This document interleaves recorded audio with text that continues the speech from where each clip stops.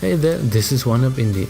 In this part of our platformer series, we want to mess with the attack box and the main setup of the enemy, as you can see here. Until now, all the code has been written down in one big block in each event.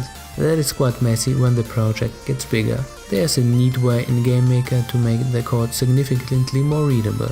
I personally use it all the time to make my own sections of code. It's #region and #endRegin.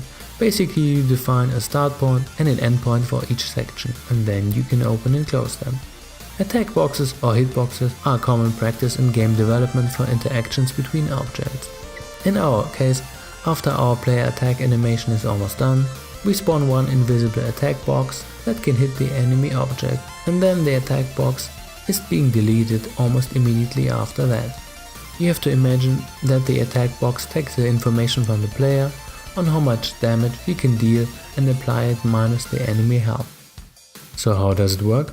The attack box already did something, namely destroy the wood crate here or crate small. Its step event always checks the passed in values of the b-box right, b-box left and so on. Don't worry about that, basically it's the bounding box parameters passed in when the attack box was created by the player. So if the bounding box is colliding, overlapping the bounding box of the crate, something is being done. Here only the destruction of the crate itself. The with command is a little confusing, because it is actually controlling the values from within the crate itself, but more on that in my upcoming advanced series. Here we simply copy the code and swap it to do something with the enemy, namely subtract the health if it is not invincible, and set the invincibility to true, so we cannot hit it immediately again. So far the enemy has no invincibility set. Luckily we can copy the code from the last video to do the same with all the enemies in one big swoop. Just copy the content from the player create and step event.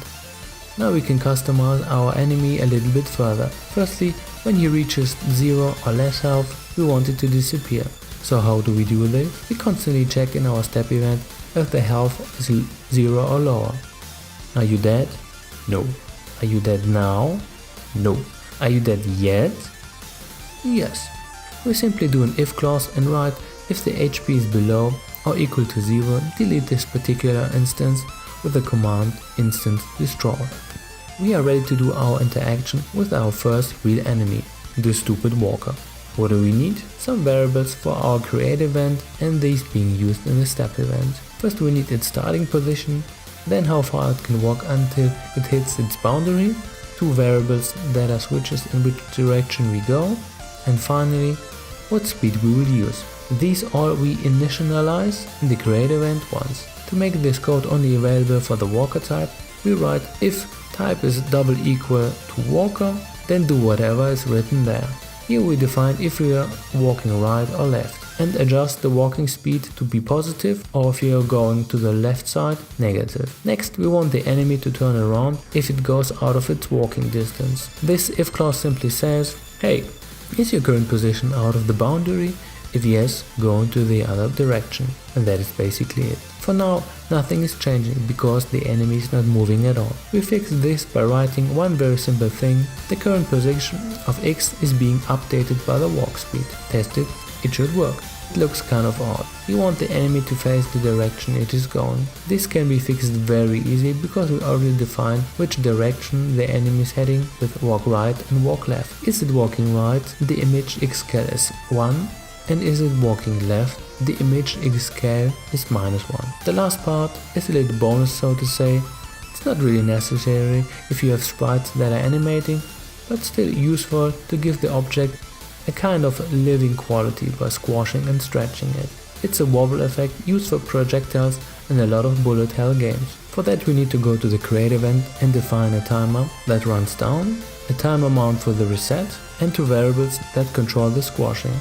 One squash me for the amount of squashing and stretching in the image Y scale, and a switch that toggles the increase or decrease of the squashing stretching. These are all generic things, and you may be wondering, how is this going to work with all the other type of enemies? Well, that is quite easy as well.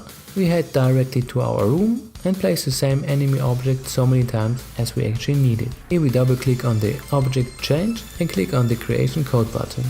The creation code allows us to adjust the enemy to our specific needs.